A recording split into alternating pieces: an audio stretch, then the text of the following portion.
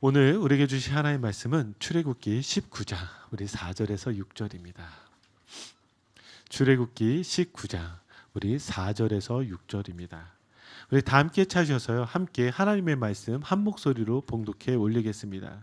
출애굽기 19장 우리 4절에서 6절입니다. 함께 봉독해 올리겠습니다. 내가 애굽 사람에게 어떻게 행하였음과 내가 어떻게 독수리 날개로 너희를 업어 내게로 인도하였음을 너희가 보았느니라. 세계가 다 내게 속하였나니 너희가 내 말을 잘 듣고 내 언약을 지키면 너희는 모든 민족 중에서 내 소유가 되겠고 너희가 내게 대하여 제사장 나라가 되며 거룩한 백성이 되리라. 너는 이 말을 이스라엘 자손에게 전할지니라. 아멘. 모래 위에 발자국이라는 글이 있습니다. 여러분들이 아마 한 번쯤 이 글을 읽어보거나 들어본 적이 있거나 혹은 이 글에 관련된 그림이 있는데 그 그림을 본 적이 있을 것입니다. 제가 한번 모래 위에 발자국이라는 이 글을 읽어드리겠습니다. 어느 날 밤에 한 사람이 꿈을 꾸었습니다. 그는 꿈속에서 예수님과 함께 해변을 따라서 걷고 있었습니다. 그때 하늘을 스크린 삼아 그의 지나온 삶의 순간들이 영화처럼 펼쳐졌습니다. 모래 위에는 두 사람의 발자국이 있었습니다. 그 중에 하나는 그의 것이었고 다른 하나는 주님의 발자국이었습니다. 그는 모래 위에 길게 펼쳐진 발자국을 보다가 어느 순간부터 오직 한 사람의 발자국만 있는 것을 보았습니다.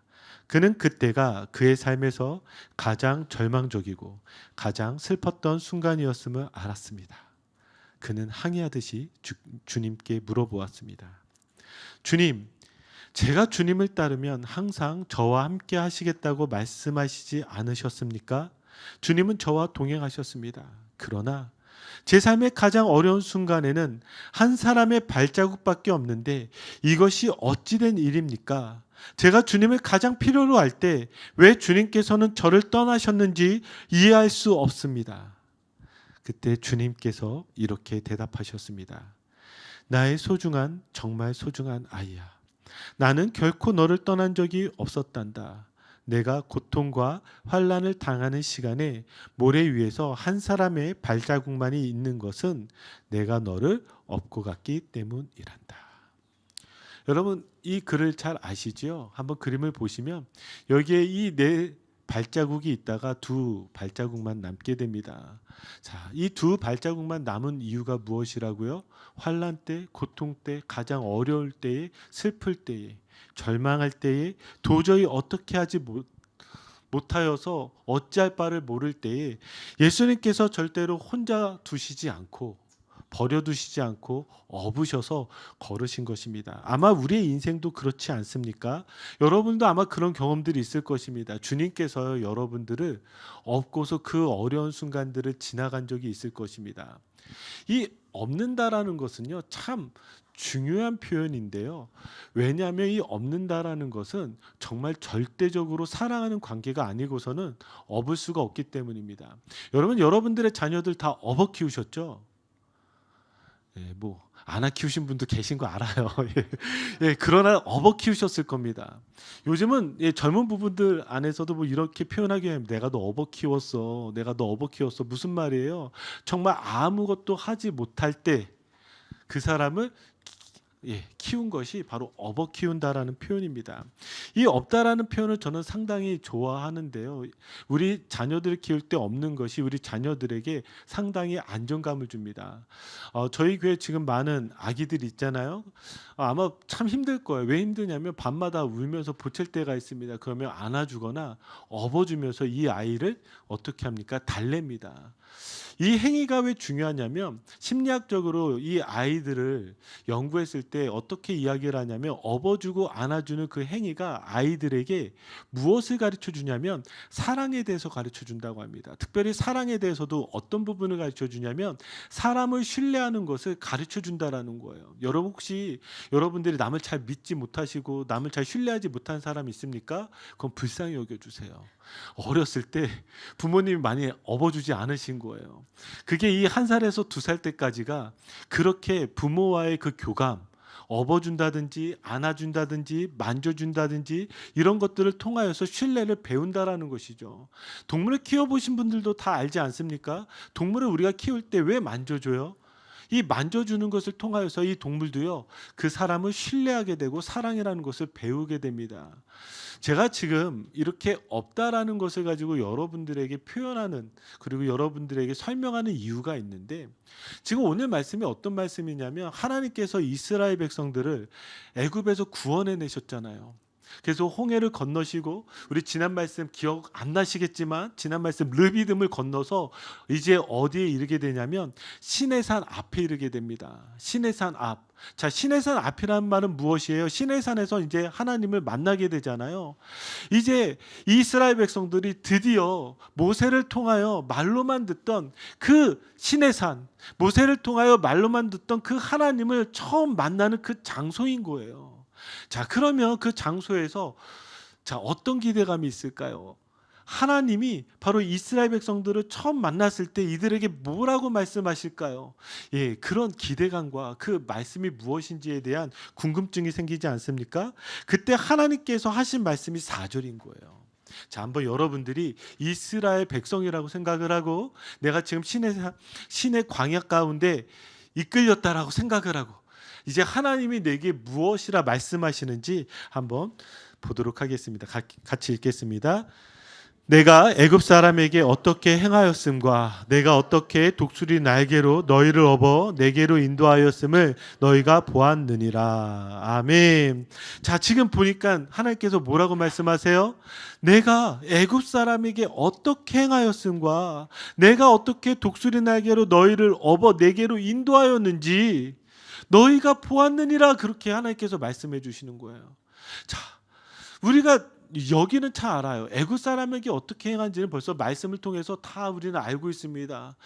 자, 애굽에서 10가지 재앙을 내리신 일과 홍해를 건너게 하신 사건과 우리는 잘 알고 있어요. 그런데 하나님이 그 사건만 이야기하지 않고 뭐라고 표현하고 계시냐면 내가 어떻게 독수리 날개로 너희를 업어 내게로 인도하였음을. 지금 하나님께서 어떤 표현을 써요? 업어서 내가 너희를 여기까지 인도했어 라고 이렇게 말씀해 주신 거예요. 여기에는요, 두 가지를 알 수 있는데, 첫째는 업어서 인도해 주셨다라는 말은 이스라엘 백성의 힘으로 올 수 있었던 것이 아니라 무엇이라고요? 전적으로 하나님께서 이끌어 주시고 인도해 주셨다라는 말입니다. 둘째는요, 업어서 인도해 주셨다라는 말은 부모가 아기를 업듯이 그렇게 사랑으로 보살피면서 이끌어 주시고 인도해 주셨다라는 말이에요. 하나님은 가장 먼저 말씀하신 것이 무엇이냐면 이거예요. 내가 너 업어 키웠어. 너 혼자 큰 거 같지? 아니야.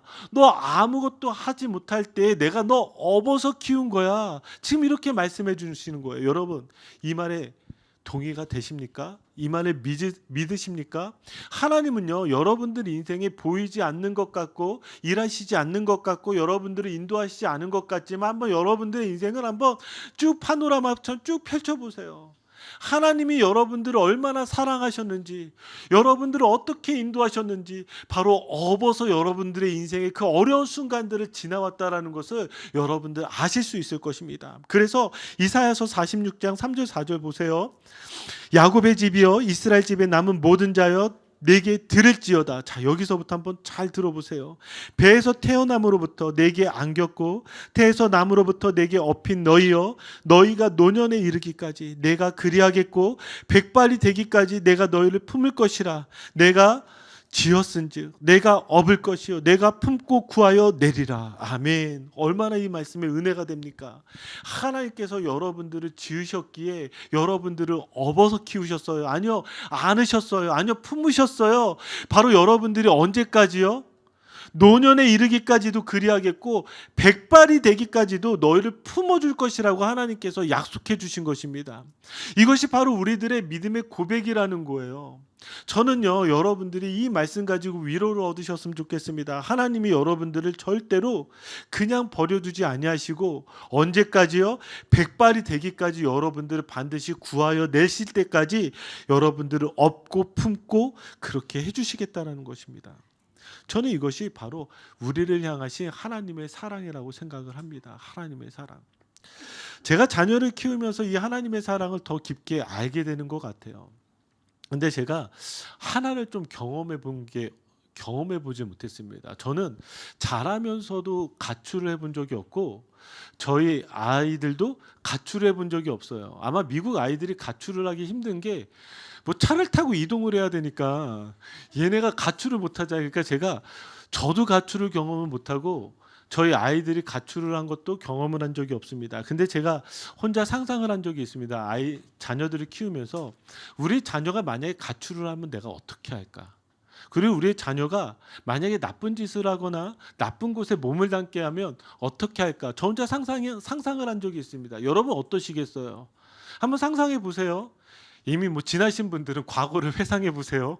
여러분들의 자녀가 가출을 하면 어떻게 하시겠어요? 예, 때려서라도 예, 이 목덜미를 잡아서라도 집으로 끌고 오지 않겠습니까? 나쁜 곳에 몸담고 있으면 어떡하겠어요? 이 아이를 붙잡고 울어서라도 아니 애타게 애원해서라도 이 아이를 거기에서 끄집어내지 않겠습니까? 그게 부모의 마음이라는 거예요. 제가 왜 이 이야기를 하냐면 하나님께서 이 이스라엘 백성들을 구원하실 때 어떤 심정인 줄 아세요? 바로 그런 부모와 같은 심정으로 우리를 업어서 이곳까지 인도하셨다고 말씀하시는 거예요. 그 업어서 인도하시겠다라고 말씀을 하실 때 이 안에는요, 이스라엘 백성들 안에는 하나님을 향해서 순종한 사람도 있지만 불순종한 사람도 있어요. 하나님을 열심히 믿은 사람도 있지만 여전히 믿지 못한 사람도 있어요. 그러나 하나님은요, 그 이스라엘을 하나님의 자녀로 여기고 어떻게 하신 거예요? 끌고 오신 거예요. 어떻게든 끌고 오신 거예요. 여기 독수리 날개로 업었다라는 이 표현은 어떤 표현과 똑같냐면 이런 표현과 똑같은 거예요. 독수리가 새끼를 둥지에서 어떻게 하죠? 떨어뜨립니다. 예, 마치 절벽에서 아래로 떨어뜨리는 것이죠. 왜 그렇게 할까요? 그래야지만 날게 되잖아요. 근데 이 독수리가 처음부터 날 수가 없어요. 처음부터. 그러니까 어떻게 해요? 어미 독수리가 그 밑에 가서 그 새끼 독수리를 받쳐줘서 다시 올려주는 거예요. 계속해서 그 행위를 반복하면서 언제까지 이것을 하는 걸까요? 이 독수리가 날 수 있을 때까지 한단 말이에요. 여러분들이 믿음으로 온전히 살아갈 수 있을 때까지 하나님은요, 여러분들을요, 결코 저 바닥에 떨어지는 그 순간을 허락하지 않는다는 거예요. 떨어질 수 있어요. 예, 떨어질 수 있어요. 그러나 저 바닥에 떨어지기까지는 허락하지 않아요. 그 전에 하나님께서 다시 업어서 저 둥지로 올려주시는 이가 하나님이시라는 것입니다. 이것을 여러분들의 인생에서 깨닫게 되었을 때 다시금 하나님 가운데 감사한 것 아니겠어요? 여러분들의 인생을 돌아보시면서 하나님께서 여러분들을 어떻게 업어 키우셨는지를 여러분들이 보시기를 주님의 이름으로 축복합니다. 자, 여기에서 끝나는 것이 아니라 사실은 이 표현 안에는 어떤 중요한 표현이 담겨져 있습니다. 이 중요한 표현을 여러분들이 좀 찾아갈 필요가 있는데요.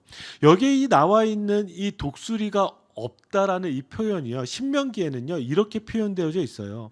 자, 신명기에 더 자세히 표현되어져 있습니다. 우리 한번 11절 12절 같이 읽어볼까요? 마치 독수리가 자기의 보금자지를 어지럽게 하며 자기의 새끼 위에 너풀거리며 그의 날개를 펴서 새끼를 받으며 그의 날개 위에 그것을 엎는 것 같이 여호와께서 홀로 그를 인도하셨고 그와 함께한 다른 신이 없었도다. 아멘. 지금 19장 4절의 이 말씀을 이 신명기에 다시 하나님께서 다시 풀어서 얘기해 주시는 거예요. 그러면서 여기에 이 독수리를 다시 이야기를 하고 있습니다. 뭐라고 이야기하냐면 자기 새끼 위에 너풀거리며 그의 날개를 펴서 새끼를 받으며 그의 날개 위에 그것을 엎는 것 같이 여호와께서 홀로 인도하셨다라고 하나님께서 말씀해 주세요. 근데 제가 그냥 여기서 끝나면 되는데 저에게 생겼었던 것은 무엇이냐면 이 히브리어를 듣고 있는 이 이스라엘 백성들은 저희랑 좀 느낌이 달라요. 이 히브리어를 듣고 있는 이스라엘 사람들은 왜냐하면 저희도 똑같이 있잖아요. 제가 한번 발음을 해볼 테니까 이 발음이 무엇인지 한번 생각해 보세요. 눈. 어떤 눈일까요? 여기 눈일까요? 겨울에 내는 눈일까요? 네, 헷갈리시죠? 모르시겠죠? 밤. 여러분, 밤 하면 지금 내가 어떤 밤 말한 것 같아요? 먹는 밤. 걸렸네요. 예, 캄캄한 밤일 수도 있고 예, 먹는 밤일 수도 있겠죠. 이처럼요. 사실은 히브리어 안에는 어떤 것이 있냐면 그 단어들마다 이미지가 있고 그림이 그려져 있습니다. 이렇게 동의어로 이렇게 계속적으로 반복되어지는 단어들이 있어요. 그런데 신기하게 무엇이냐면 여기에 나와 있는 이 독수리가 너풀거리듯이 독수리가 없다라는 이 표현 단어가요. 오직 한 군데에서만 나오게 되는데 그 단어가 어디에서 나오냐면 창세기 1장 2절이에요. 창세기 1장 2절. 제가 읽어 드릴게요. 땅이 혼돈하고 공허하며 흑암이 깊음 위에 있고 하나님의 영은 수면 위에 운행하시니라. 아멘. 여기에 어디에 나와 있는 거냐면 하나님의 영이 수면 위에 운행하시니라. 이 표현이 어떤 표현이냐면 독수리가 나는 것과 같이 무엇이에요? 하나님께서 날고 계시다라는 거예요. 그러면 지금 하나님께서 여기에 지금 출애굽기 19장 4절과 신명기 32장 우리 11절 말씀에 이 독수리가 나오는 이 표현은요. 지금 무엇을 연결해서 표현하고 있는 거냐면 마치 하나님께서 이 천지를 창조하실 때 이 천지가 무엇에 있었어요? 혼돈하고 공허하고 흑암이 깊음에 있었다고요. 오늘날로 다시 이야기하자면 사망 가운데 있는 것과 같이 아무것도 없는, 그래서 혼돈하고 공허하며 흑암이 깊은 가운데 있을 때 하나님이 무엇이에요? 그 위에 운행하시면서 새로운 창조가 일어났다라는 것이죠. 그러면 이 표현을 다시 이스라엘 백성들에게 이끌어오면 어떻게 되어지냐면 지금 흑암과 혼돈과 깊은 가운데 있었던 이스라엘 백성들이잖아요. 애국 가운데 노예로 있었던 이스라엘 백성들이잖아요. 하나님께서 그들을 구원하시고 인도하셨을 때 이 단어를 가지고 쓴다라는 것은 무엇이에요? 하나님께서 이제는 이전에 어둠 가운데 있었던 구 이스라엘이 아니라 이제는 하나님 앞에 새롭게 되어진 새 이스라엘이 되었다라고 선포해 주시는 거예요. 말씀해 주시는 거예요. 막 억지 같죠. 그래서 조금 더 설명해 드리도록 하겠습니다. 여기에 또 어떤 표현이 나와 있냐면요. 우리 한번 1절 보시면 자, 우리 한번 1절 읽어 볼까요? 이스라엘 자손이 애굽 땅을 떠난 지 3개월이 되던 날 그들이 시내 광야에 이르니라. 아멘. 자, 여기에 지금 시내 광야에 이르게 되었던 그 날이 언젠지를 정확하게 이야기하고 있는데 애굽 땅을 떠난 지 3개월이 되었다라고 합니다. 애굽 땅을 떠난 지 3개월. 그럼 이제 제가 질문해 볼게요. 자, 애굽 땅을 떠난 지 그러면 며칠이 되었을까요? 90일이에요? 60일이에요? 헷갈리시죠? 예, 며칠인지 잘 모르시겠죠? 근데 정확하게 언제 떠났어요? 예, 6월절 떠났잖아요. 그럼 6월절은 언제예요? 하나님께서 여러분 다 이해합니다. 제가 이전에 설교 때 제가 이거 설명한 적이 있었어요. 근데 제가 목사를 할 때 가장 큰 기쁨은 무엇이냐? 여러분들이 다 까먹어서 똑같은 설교해도 모를 때 얼마나 행복한지 몰라요. 까먹으셔도 돼요. 지금 이 날이 언제냐면요. 바로 아비벌 15일입니다. 아비벌. 하나님께서 새로운 달을 제정해 주셨잖아요. 그래서 그날을 아부, 그래서 아비벌 15일. 그러니까 1월 15일이 되는 거예요. 이스라엘 달력 가운데. 그럼 1월 15일서부터 언제까지 갔느냐? 자, 여기에 나와 있는 이 3개월 되던 날이 무엇이냐면, 자, 우리 1절 말씀 제가 세 번역으로 가져왔는데 여기 뭐라고 나와 있어요? 이스라엘 자손이 땅에서 나온 뒤 셋째 달 초하룻날. 아, 또 이게 어려운 말이 나왔어요. 어려운 말. 한국말 중에. 초하룻날은 며칠이에요? 1일입니다. 1일. 보세요. 예은이 같은 친구들은 이제 이런 단어들 안 쓰니까 모르는데 이거 바로 대답하신 분들은 다 비슷한 연배라 생각합니다. 지금 셋째 달 초하룻날이 된 거예요. 그러니까 그러니까 이스라엘 달력 안에서는 3월 1일이 되겠죠. 그러면 여기까지가 며칠이에요? 너무 어렵죠? 45일 혹은 뭐 46일이 되겠죠? 모르신 분들은 이따 예배 끝나고 옆에 있는 분에게 물어보세요. 왜 그렇게 되는지. 첫째 딸이 아비벌이잖아요. 셋째 딸이 3월 1일이잖아요. 그렇죠? 그러니까 45일 정도가 됩니다. 그러면 그 다음에 어떤 날이 더 포함이 되어져야 되느냐면요. 한번 3절 10절 보세요.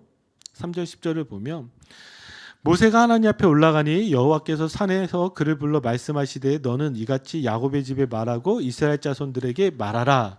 자, 무슨 이야기냐면 지금 이 시내산 광야 앞에 있는데 지금 뭐 하고 있는 거예요? 하나님께서 모세를 부르시는 거예요. 그럼 모세가 산에 갔다 왔어요. 그럼 며칠이 걸렸을까요? 하루가 걸립니다. 그렇게 두 번 왔다 갔다 해요. 그리고 또 며칠이 더해지냐면요. 자, 10절 볼까요? 준비하게 하여 셋째 날을 기다리게 하라. 이는 셋째 날에 나 여호와가 온 백성의 목전에서 시내산에 강림할 것이니. 자, 지금 하나님께서 지금 만나 주시는데 또 며칠이 더 지나야 돼요? 3일이 더 지나야 돼. 지금 45일에서 5일이 지금 더 지나야지만 하나님 만나 주시는 거예요. 그러면 하나님이 만나시는, 하나님이 강림하시는, 하나님이 임재하시는 그날은 지금 애굽에서 떠난 지 며칠째 되는 날 하나님께서 강림하시고 임재하셨을까요? 50일입니다. 50일. 왜 제가 지금 이 50일을 장황하게 설명을 했냐면, 여러분 6월절 이후에 50일이 되는 날이 무슨 절기인 줄 아세요? 오순절이에요. 오순절. 자, 그러면 이 오순절에 어떤 일이 일어났을까요? 자, 사도행전 2장 1절 2절입니다.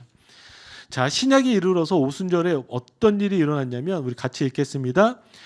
오순절 날이 이미 이름에 그들이 다 같이 한 곳에 모였더니 호련히 하늘로부터 급하고 강한 바람 같은 소리가 있어 그들이 앉은 온 집에 가득하며. 아멘. 자, 여러분들이 잘 아시는 오순절 성령 강림이 일어난 거예요. 오순절 성령 강림이요. 오순절 성령 강림이 일어났을 때 무엇이 생긴 거예요? 이때 교회가 시작한 거예요. 이때 교회가. 그러니까 이전까지의 교회가 아니라 이제는 새롭게 되어지는 교회가 세워지는 것이 무슨 날이다? 오순절이라는 거예요. 오순절 성령 강림을 통하여서. 그러면 여러분 좀 이렇게 맞춰지세요. 지금 오순절에 왜 성령 강림을 임하게 하셨을까요? 그것은 마치 출애굽하여 하나님이 이 이스라엘 백성들에게 새롭게 강림하셔서 이스라엘 백성들을 새롭게 하신 그날이기 때문에, 똑같이 신약을 살아가고 있는 우리들에게도 무엇을 주시냐면 오순절날 성령 강림을 통하여 이들을 새롭게 바꾸신 거라고요. 그러니까 새 이스라엘이 되고 새 교회가 되는 것입니다. 한번 교회라는 단어를 보시면요, 에클레시아인데요, 이 교회가요, 에크가요, 몸으로부터 밖으로, 이 전치사와 칼레오, 부르다라는 동사가 합쳐진 것입니다. 그래서 이 에클레시아는 어떤 뜻이 되는 거예요? 몸으로부터 밖으로 불러내다라는 말이 되는 거예요. 그러면 어떤 게 교회가 되는 거예요? 죄로부터, 사망으로부터 예수 그리스도로 말미암아 부르심을 받은 사람들이 무엇이 되는 거예요? 교회가 되는 거예요. 똑같이 이스라엘은 어떤 이스라엘이 되어줘야 되는 거예요? 애굽에 있었던 그 죄와 사망, 그 노예 가운데서 하나님께서 불러주신 거예요. 밖으로 불러주셨다고요. 그래서 이스라엘이 되었다고요. 바로 그날이 오순절이라고요. 자, 그렇다고 한다면 지금 우리가 출애굽기 19장 가운데서 보게 되어진 것은 무엇이냐면, 왜 하나님께서 지금 이스라엘을 하나님 앞에 부르셨냐면, 지금 하나님께서 무엇을 하려고 하시냐면은, 지금 죄와 사망에 있었던 너희들을 무엇이에요? 하나님 앞에서 새 백성이 되게 하시는 그 순간을 하나님께서 지금 만들어주고 계신 거예요. 여러분 이해가 되세요? 지금 출애굽기 19장은 다른 것을 우리에게 지금 이야기하려는 것이 아니라, 하나님께서 내가 너희를 여기로 인도한 이유는 무엇이에요? 너희로 하여금 에클레시아, 교회가 되게 하려고 하는 것이야, 이렇게 말씀해 주시는 것이죠. 여러분, 그래서 우리를 이렇게 불러주신 것입니다. 자, 이걸 좀 설명을 해야 되는데, 이걸 좀 더 설명하기 전에 앞서서 이거를 좀 한번 우리 좀 보시고 그 다음으로 넘어가면 좋을 것 같습니다. 하나님께서 지금 이들을 부르셨는데 신의 산으로 부르시면 되는데, 지금 신의 산이 아니라 신의 광야로 부르셨어요. 신의 광야로. 왜 신의 광야로 부르셨을까? 우리가 광야에 대한 것을 좀 이해할 필요가 있는데, 제가 예전에 읽었던 책 중에 광야를 읽다라는 책에서 이 문구가 참 저의 마음에 남았습니다. 광야에서는 축복이 아닌 은혜를 구하라. 제가 한번 읽어드릴게요. 우리 화면에도 나와 있는데, 광야는 가나안과 전혀 다르다. 가나안에서 살던 것처럼 광야에서 살려고 하면 안 된다. 광야에서는 만나를 내려주시는 것만으로도 감사해야 한다. 장막에 머물 수 있는 것만으로도 감사해야 한다. 작은 그늘을 들이우는 로뎀 나무만 있어도 감사해야 한다. 광야에서는 하루하루 살아가는 것만으로도 감사할 일이다. 광야에서는 축복의 장맛비를 기대해서는 안 된다. 이슬 같은 은혜에도 감사하는 마음을 가져야 한다. 광야에서의 목표는 오직 하나이다. 살아남아 무사히 광야를 통과하는 것이다. 은금을 모으고 좋은 집과 곳간을 짓는 것은 가나안에 들어간 다음에 할 일이다. 광야에서는 그런 축복을 기대해서는 안 된다. 광야를 지날 때에는 황금이 아니라 생수를 달라고 기도해야 한다. 케이크가 아니라 만나를 달라고 기도해야 한다. 곳간을 채워달라고 기도하는 것이 아니라 일용할 양식을 달라고 기도해야 한다. 광야, 이 광야를 이제 여기에서도 머물지만 이제 여기에서 새롭게 되어진 이후에도 광야를 지나가야 됩니다.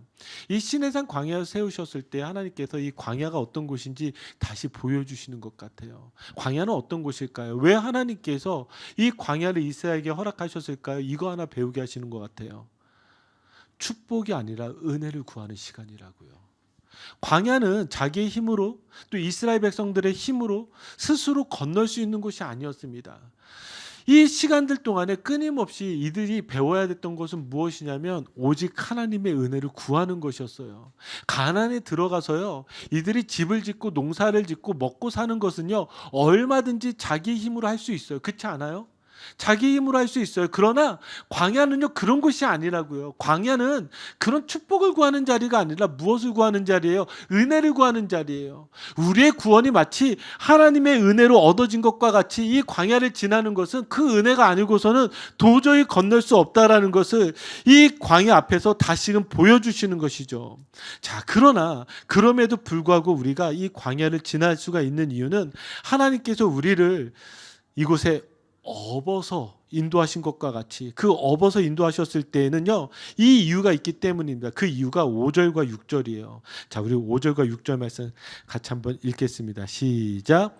세계가 다 내게 속하였나니 너희가 내 말을 잘 듣고 내 언약을 지키면 너희는 모든 민족 중에서 내 소유가 되겠고 너희가 내게 대하여 제사장 나라가 되며 거룩한 백성이 되리라. 너는 이 말을 이스라엘 자손에게 전할지니라. 아멘. 자, 하나님께서 이제 이들 앞에서 다시 이렇게 말씀해 주세요. 세계가 다 내게 속하였나니, 이 세계가 다 내게 속하였나니 또 의역이고요. 여기 이 세계라는 단어는요, 에레츠, 땅이라는 말입니다. 그러니까 모든 땅, 그 모든 땅은 무엇을 의미하겠어요? 땅은 누가 창조하셨죠? 하나님이 창조하셨어요. 하나님이 창조한 그 모든 땅이 무엇이야? 하나님께 속하여졌는데 그 중에서도 너희를 이 세 가지로 만들어 주시겠다라는 거예요. 내 말을 잘 듣고 내 언약을 지키면 너희는 모든 민족 중에서 무엇이 되겠고? 내 소유가 되겠고. 자, 그 다음에 뭐라고요?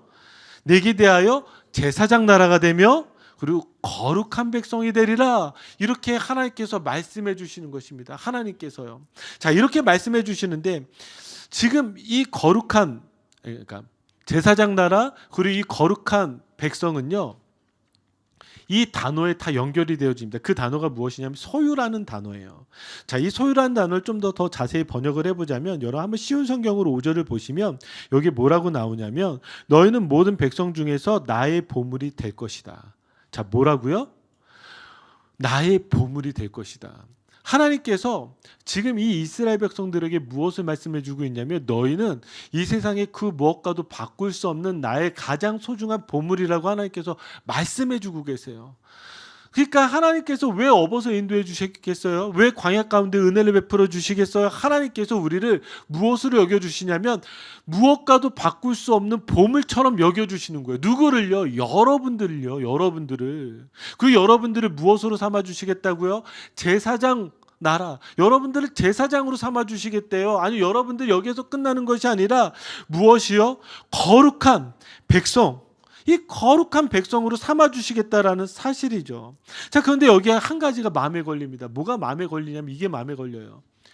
그냥 이렇게 말씀하시면 좋잖아요. 너희가 나의 보물이야. 너희가 나의 제사장과 같아. 너희가 나의 거룩한 백성이야. 이렇게만 말씀해 주시면 좋은데 앞에 수식어가 있어요. 어떤 수식어가 있냐면 너희가 내 말을 잘 듣고 내 언약을 지키면. 그럼 이제 질문해 볼게요. 여러분들은 보물이세요? 믿음 좋으시네요. 여러분들은 제사장이세요? 믿음 정말 좋으시네요. 여러분들은 거룩하세요? 예, 한 분만 대답하시잖아요. 거룩에서는. 사실은요, 우리가 지금 문제가 무엇이 걸려지게 되냐면 내가 하나님 말씀도 가끔씩 안 듣고, 잘은 듣는데 가끔씩 안 듣고, 언약도 제가 가끔 안 지키는데 그래도 나는 이런 존재인가? 이런 질문이 생기잖아요. 여기 문구는요, 이거 하지 않으면 너희가 이거 아냐라고 이야기하는 것이 아니라 더 정확하게 무엇이냐면, 너희는 나의 보물이고 너희는 나의 제사장이고 너희는 나의 거룩한 백성이기 때문에 너희가 내 말과 내 언약을 잘 지켜야 돼라고 그렇게 하나님께서 말씀해 주시는 거예요. 우리가 구원을 먼저 받았지 율법을 먼저 받지 않았습니다. 그렇지 않습니까? 하나님께서 나를 먼저 사랑하셨지 하나님께서 우리를 율법으로 먼저 태어나게 하지 않으셨다라고요. 우리를 먼저 사랑한다고 하셨어요. 내가 믿음이 있거나 내가 잘하거나 내가 무언가 하나님 가운데 상 받을 만한 것이 있어서 우리를 구원하셨다라고 말씀하지 않으세요. 우리가 그럼에도 불구하고 하나님이 먼저 우리를 구원해 주시고 우리에게 먼저 사랑한다고 말씀해 주시잖아요. 그러면 왜 그 다음에 이걸 얘기하고 계실까요? 이거는요, 이와 같아요. 여러분들이 이 땅에서 보물로 살아가고 여러분들이 제사장으로 살아가고 거룩한 백성으로 살아가기를 하나님이 원하시는 거예요. 이걸 어떻게 잘 설명할 수 있을까 고민을 하다가 제가 그만 야구를 봤습니다. 지금 여러분 잘 모르시겠지만 LA 다저스가 지금 포스트 시즌에 들어가 있어요. 포스트 시즌 중에서도 내셔널 리그 챔피언십입니다. 그리고 지금 3대2로 이기고 있어요. 오늘 이제 저녁 5시에 이제 경기가 펼쳐지는데 문제가 무엇이냐? 오늘 이기면 이제 마지막 이제 양키스가 될지 클리브랜드가 될지 모르지만 이제 마지막 하나가 되면 뭐예요? 이제 진정한 챔피언이 되는 것입니다. 제가 왜 이 얘기를 하는 줄 아세요? 여러분 다저스가 이겼으면 좋겠어요? 지면 좋겠어요? 저희 교회 이럴 줄 알아서 제가 사실 예배 전에 브라임 형제님과 야구 얘기하다가 이런 얘기했어요. 내가 오늘 야구 예화할 건데 사람들이 별로 안 좋아할 거다. 왜? 우리 교회 성도님들 야구를 안 보실 거다. 관심이 없거든요. 관심 없는 분들은요, 이기든 말든 상관이 없어요. 그렇죠? 근데 관심은 있어요. 근데 보지는 않아요. 그래서 신문 기사로만 봐요. 신문 기사로 보니까 다저스가 우승했대. 이 사람은요 좋아할 겁니다. 근데요, 이 사람보다 더 좋아하는 사람은 어떤 사람이에요? 경기를 한 경기라도 본 사람이에요. 한 경기라도 본 사람은 와, 다저스가 우승했어 그럴 거예요. 그런데 이 다저스가 우승하는 거를요, 첫 경기서부터 끝까지 다 본 사람들은 어떠할까요? 아마 우승했을 때 그날 집을 뛰쳐나갈 겁니다. 소리 지르고 아마 난리가 날 거예요. 그런데 한번 경기장에 있다고 생각해 보세요. 경기장에. 그 감격, 그 감동, 여러분 이유로 말할 수가 없을 것입니다. 이유로 말할 수가 없을 것이라고. 왜요? 그 현장에서 내가 응원하는 팀이 우승한다는 게 얼마나 크고 기쁜지 여러분들 이해 못하실 줄 알았어요. 그래서 다음 예화가 뭐냐면, 여러분 월드컵 기억하시죠? 2002년 월드컵 여러분 다 기억하실 거예요. 왜 2002년 월드컵 우리가 기억하는 줄 아세요? 4강이라는 그 높은 업적도 있겠지만 2002년 월드컵 때는요, 진짜 모든 국민이 다 한 마음으로 응원했다고요. 여기 2002년도에 월드컵 경기 한 경기도 안 본 사람 있으세요? 할렐루야. 봐요. 2002년 얘기하는데 감동과 감격이 지금 두 사람이 손들었거든요. 어찌 알겠습니까? 여러분들이 예배 후에도 2002년에 그 감동을 설명해 주세요. 그래도요, 아무리 설명해 줘도 몰라요. 알 수가 없어요. 2002년 이후에 태어난 친구들이 어찌 알겠어요? 아니 그때 베이비였던 친구들이 어찌 알겠어요? 몰라요. 근데 우리들은 그때 그 감동과 감격이 있어요. 왜 있다고요? 응원해서 그래요. 여러분 2002년 기억하는데 2006년 기억 가물가물하시죠? 2010년 기억도 잘 안 나시죠? 2014년 저 어디서 했는지도 모르겠어요. 왠 줄 아세요? 제가 미국 살다 보니까 경기도 빼먹게 되고 응원도 덜하게 되고 그러다 보니까요, 2002년도 때 그렇게 난리를 치며 그 응원하던 그때가 아니니까요, 그때 그 감격과 감동이 없다고. 제가 왜 이 이야기를 장황하게 이야기하냐면, 여러분 생각해 보세요. 여러분들의 믿음이라는 것이요, 하나님이 구원해 주셨어요. 그리고 하나님이 너 나의 보물이야, 너 나의 제사장이야, 너 나의 거룩한 백성이야, 이렇게 말씀해 주셨잖아요. 근데 내가 살 때요, 마치 이런 것과 똑같은 거예요. 관심이 하나도 없어요. 나는 알아요. 그래요, 알아요. 설교 때 들었으니까, 말씀 읽었으니까 알아요. 아는데 내가 그렇게 살아가지 않는 사람은요, 마치 무엇과 똑같냐면 아무 관심이 없으니까 그게 나한테 아무런 감동이 없어요. 그런데요, 내가 그렇게 살아가려고 했던 사람, 내가 정말 하나님의 사람으로 이 땅에서 살아가려고 했던 사람, 단순하게 신문을 보고 그 뉴스를 아는 정도가 아니라, 한 경기를 보고 내가 아는 정도가 아니라, 정말 내 삶 전부를 들여서 정말 어쩌면 첫 경기서부터 마지막 경기까지 끝까지 보려고 했고, 아니 그 현장에 가려고 했던 그 열정처럼 내 신앙을 그렇게 살아가려 하는 사람에게 이 구절은 어떤 의미가 될까요?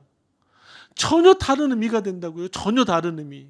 우리의 신앙에 있어서 가장 큰 문제는 무엇이냐면, 우리는 구원을 받았다라고 이야기하지만 우리는 우리 삶의 보물로서, 아니 제사장으로서, 거룩한 나라로서 온전히 살아가려고 하는 그러한 열정도 없고 그러한 삶도 없다라는 말이죠. 그런 사람들에게 어떻게 하나님이 동일하게 은혜를 주신다는데 그 은혜를 담아낼 수 있겠습니까? 저는요, 절대로 은혜를 담아낼 수 없다고 생각해요.